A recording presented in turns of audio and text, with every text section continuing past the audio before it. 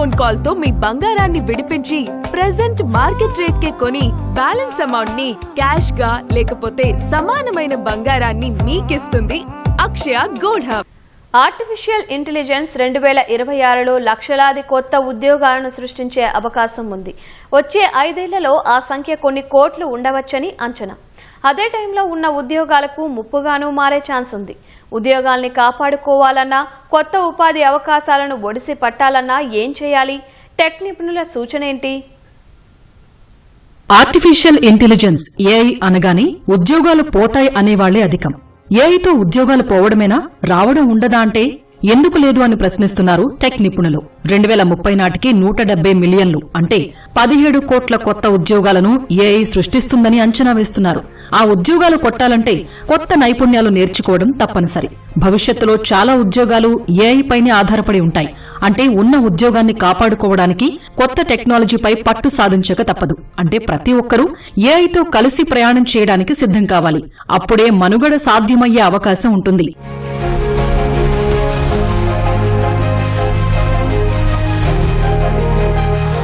మరి ఏఐతో పోయే ఉద్యోగాల సంగతేంటి అంటే ఇప్పటికే అనేక రంగాల్లోకి ఆర్టిఫిషియల్ ఇంటెలిజెన్స్ ప్రవేశించింది. 2025లో చాలా ఉద్యోగాల్ని భర్తీ చేసింది. 2026లో ఉధృతి మరింత పెరుగుతుందని గాడ్ ఫాదర్ ఆఫ్ ఏఐగా ఖ్యాతి పొందిన జెఫ్రీ హింటన్ అంచనా వేస్తున్నారు. భౌతిక శాస్త్రంలో అపార ప్రతిభతో 2024 నోబెల్ గెలిచిన హింటన్ ప్రఖ్యాత గూగుల్ కంపెనీ న్యూరల్ నెట్వర్క్ విభాగంలో పనిచేశారు. ఏఐ కారణంగా 2026లో దాదాపు 7.5 కోట్ల ఉద్యోగాలు ప్రభావితమవుతాయని లెక్కకట్టారు.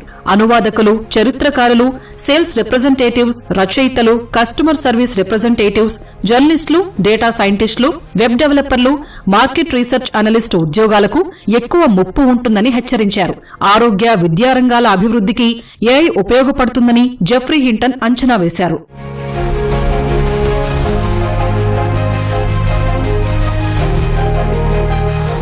గోల్డ్మన్ సాక్స్ ప్రపంచ ఆర్థిక వేదిక WEF కూడా జెఫ్రీ హింటన్ లాగే లెక్కగట్టాయి. ఏఐ జోరుతో కంప్యూటర్ ప్రోగ్రామర్లు, అకౌంటెంట్లు, న్యాయ సహాయకులు, కస్టమర్ సర్వీస్ రిప్రజెంటేటివ్స్, క్రెడిట్ అనలిస్టుల ఉద్యోగాలకు ప్రమాదం పొంచి ఉందని గోల్డ్మన్ సాక్స్ అంచనా. ప్రపంచవ్యాప్తంగా 8.5 కోట్ల ఉద్యోగాలు ఏఐతో ప్రభావితమవుతాయని WEF చెబుతోంది.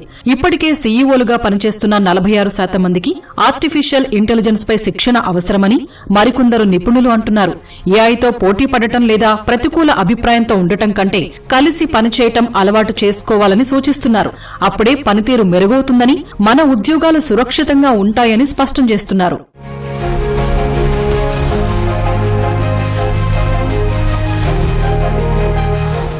ఏఐ ప్రభావాన్ని తక్కువ అంచనా వేసేవారికి 2025 పరిణామాల్ని నిపుణులు గుర్తు చేస్తున్నారు. ఏఐ కారణంగా గత ఏడాది 14% ఉద్యోగాలు ప్రభావితమయ్యాయి. అమెజాన్, మైక్రోసాఫ్ట్, IBM సహా ప్రముఖ కంపెనీలెన్నో వేల మంది ఉద్యోగుల్ని తొలగించాయి. కనీసం 40 లక్షల నుంచి 50 లక్షల మంది ఉద్యోగాలకు దూరమయ్యారు.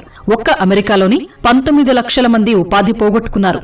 చైనాలో 12 లక్షలు, భారత్లో 6.5 లక్షలు సహా ఇతర దేశాల్లోనూ లక్షల మంది ఉద్యోగాలను ఏఐ దెబ్బకొట్టింది. మరెన్నో లక్షల మంది కెరీర్ను మార్చుకోవాల్సి వచ్చింది.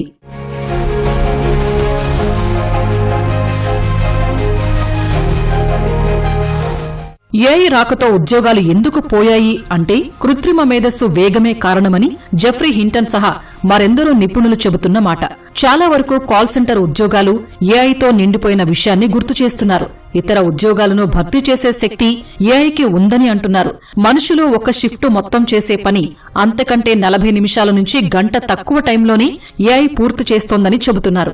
భవిష్యత్తులో ఈ వేగం మరింత పెరుగుతుందన్నది జెఫ్రీ హింటన్ విశ్వాసం. ఒక పని చేయటానికి 10 మంది అవసరమైన చోట ఆర్టిఫిషియల్ ఇంటెలిజెన్స్ సాయంతో 2 వ్యక్తులే చేయవచ్చట. భవిష్యత్తులో ఏఐకి తోడుగా కొందరు ఇంజనీర్లు ఉంటే సాఫ్ట్వేర్ కంపెనీలు సాఫీగా పనిచేసే పరిస్థితి వస్తుందంటున్నారు. అయితే ఏఐ ఎంత స్థిరంగా ఉంటుందో చెప్పటం కష్టమన్నది మరికొందరి అభిప్రాయం.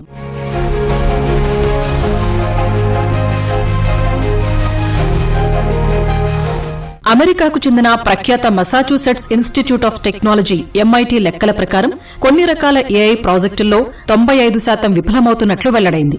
కేవలం 5% మాత్రమే విజయవంతమవుతున్నాయని తేలింది.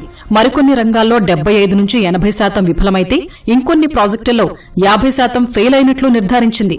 మనుషుల స్థానాన్ని AI పూర్తిగా భర్తీ చేయటం కష్టమని కంపెనీలు కూడా గుర్తించాయి. ఒక్క AIతోనే పని పూర్తి చేయటం కష్టమని భావించిన స్వీడన్ ఫిన్టెక్ కంపెనీ గతంలో తొలగించిన ఉద్యోగుల స్థానంలో కొత్త వారిని తీసుకుంది.